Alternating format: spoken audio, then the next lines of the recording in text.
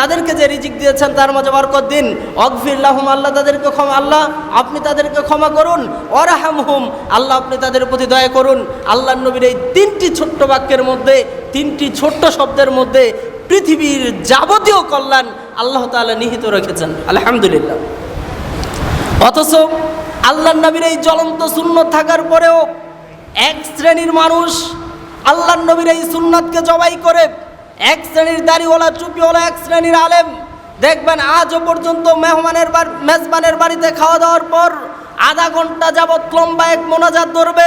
তার বাবা মা ভাই বোন 14 গোষ্ঠী বিদাত করার মাধ্যমে সে নিজে তো বিদাত করবেই, আরও অন্যদেরকে নিয়ে সম্মিলিত মোনাজাত করে একেবারে জাহান্নামের গেটে পৌঁছে দিয়ে আসবে।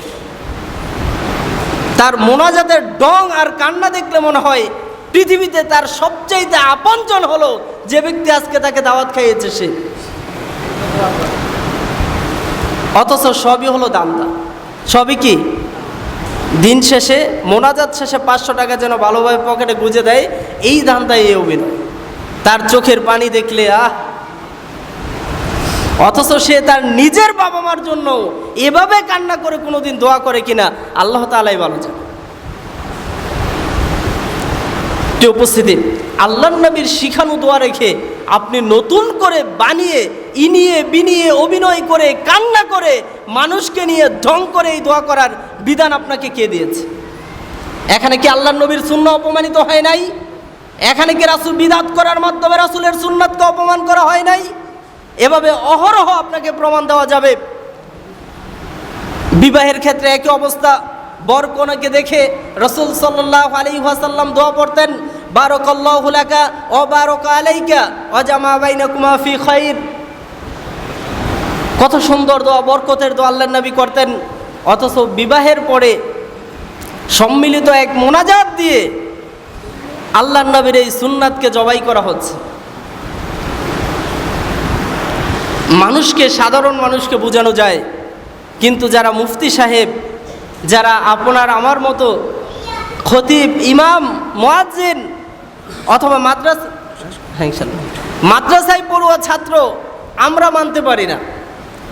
বাস্তব একটা প্রমাণ দেই।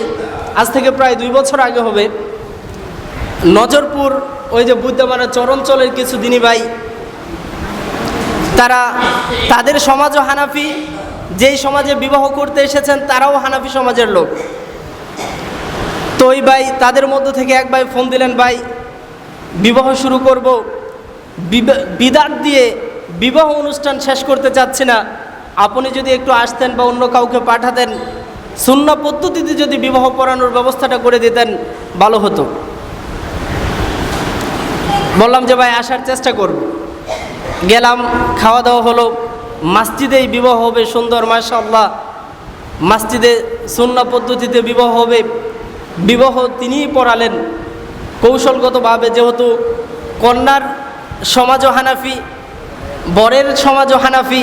বর যদিও বিদেশ থেকে কিছুটা সহিহ আকীদা গ্রহণ করেছেন, সুন্নাহ ভিত্তিক জীবনযাপন করার প্রচেষ্টা চালাচ্ছেন, এজন্য তিনি ফোন করলেন, যাওয়ার জন্য গেলাম। কৌশলগতভাবে বরের অভিভাবক, তার এক ভাতিজা ছিল হাফেজ সাহেব, তিনিও কৌশলগতভাবে ওই ইমামকে দিয়েই বিবাহ পড়ালেন। সমস্যা নাই, আমরাও যেভাবে বিবাহ পড়াই তিনি ওইভাবেই বিবাহ পড়ালেন, সুন্নাহ ভিত্তিক, আলহামদুলিল্লাহ।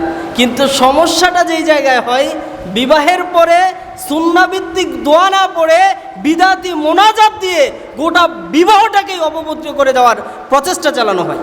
যখন তিনি বিবাহ শেষে বলছেন যে সবাই সূরা ফাতিহা পড়েন বা দুরূদ পড়েন, পড়লাম। এরপর যখন মোনাজাত করার পূর্ণ প্রস্তুতি, আমি বললাম, ভাইজান এখানে আল্লাহ রসুলের শিখানো দোয়া বারাকাল্লাহু লাকা ওয়া বারাকা আলাইকা ওয়া জামা বাইনাকুমা ফি খায়র, এই দোয়াটা কি পড়া যায় না? তিনি রাগ করে মাউথটাই আমার হাতে দিয়ে দিলেন, আপনি পড়েন। যেই সমাজে বিবাহ পড়ানো হচ্ছে ওইটাও হানাফি সমাজ, সম্মিলিত মোনাজাতে অভ্যস্ত। যারা বিবাহ খেতে এসেছেন বরপক্ষ, তাদেরও হানাফি সমাজ। এখানে পরিবেশ প্রতিকূলে, অনুকূলে নয়। তবুও দাঁড়ালাম, দাঁড়িয়ে বললাম যে আমরা জানি বিবাহের পর দোয়া করতে হয়, আর রাসূল সাল্লাল্লাহু আলাইহি ওয়াসাল্লাম বরকনের জন্য দোয়া করতেন। অতএব আমাদের উচিত বরকনের জন্য দোয়া করা। আমরাও আজকে দোয়া করব, আপনারা কি বলেন? তারা বললেন হ্যাঁ আমরা দোয়া করব অবশ্যই। আমি বললাম তাহলে আমরা যদি দোয়া করতে চাই তাহলে রাসূল সাল্লাল্লাহু আলাইহি ওয়াসাল্লাম যে দোয়া করেছেন, রাসূলের মুখ থেকে যে দোয়া বের হয়েছে আমরা সেটা করব, নাকি আমি যেটা আমার মুখ দিয়ে বের করব বা আমি বানিয়ে যেই দোয়া করব সেটা করবেন? তখন তারা বলছেন যে রাসূল যে দোয়া করেছেন ওইটাই করেন। আবার জিজ্ঞাসা করলাম রাসূলের ভাষা কি আরবি না বাংলা ছিল? তিনি বললেন, উপস্থিত মুসল্লি বললেন যে আরবি ছিল। আমি বললাম তাহলে আমার সাথে রাসূলের আরবি দোয়াটা বলেন, বারাকাল্লাহু লাকা ওয়া বারাকা আলাইকা ওয়া জামা বাইনাকুমা ফি খাইর। দোয়া পড়লাম, মুসল্লিরাও পড়লো, মুসল্লিও খুশি, বরপক্ষও খুশি, আমিও খুশি, মাঝখানে অখুশি হলো মুফতি সাহেব, ইমাম সাহেব। তিনি সন্তুষ্ট হতে পারেন নাই। তো এক শ্রেণীর মানুষ রাসূলের সুন্নাহকে বিশ্বাস করে না, এ যুগেও এটা প্রযোজ্য, এটা মানতে চায় না। আরেক শ্রেণীর মানুষ মানে, তবে যুগের সাথে তাল মিলাতে গিয়ে অনেক সুন্নাতকে অমান্য করে চলে। আরেক শ্রেণীর মানুষ যারা রাসূলকে অমান্য করে, তাদের মধ্যে আরেক শ্রেণীর মানুষ হলো যারা আরও ভয়ঙ্কর, তারা হলো আপনার মতো আমার মতো টুপিওয়ালা দাড়িওয়ালা ধার্মিক শ্রেণীর মানুষ, যারা শুধু রাসূলকে অপমানই করে না, সুন্নাতের জায়গায় আরেকটা বিদআতকে প্রতিষ্ঠিত করে বিভিন্ন ঠুনকো অজুহাত দিয়ে। তাদের পরিণাম অত্যন্ত ভয়ানক। তারা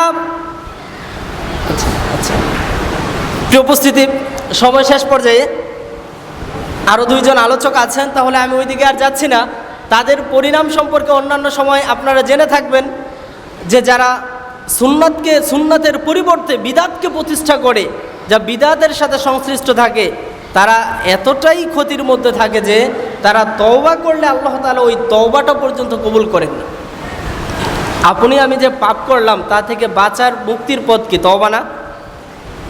সহিহ তারগিব ও তারহিবের 54 নম্বর হাদিস, আনাস ইবনে মালিক রাদিয়াল্লাহু আনহু থেকে হাদিসটি বর্ণিত। শুধু একটা পরিণামের কথা বললাম, যারা সুন্নাতের চাইতে বিদআতকে বেশি ভালোবাসে, আল্লাহ তাআলা তাদের তওবার মাঝে এবং আল্লাহর মাঝে পর্দা করে রাখেন, অন্তরাই করে রাখেন, যতক্ষণ না পর্যন্ত বিদআতি তার বিদআত পরিত্যাগ না করে ততক্ষণ পর্যন্ত আল্লাহ তার তওবা পর্যন্ত কবুল করেন না।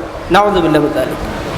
সুতরাং আমাদেরকে বিদআত পরিত্যাগ করে সুন্নাতকে ভালোবেসে, রাসূলের আদর্শকে ভালোবেসে সুন্নাহ মোতাবেক জীবনযাপন করার তৌফিক দান করুক, আমিন।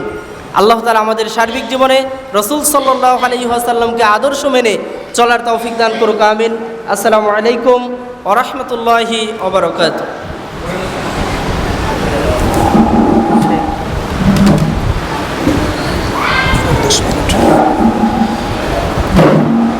আলহামদুলিল্লাহ, খুব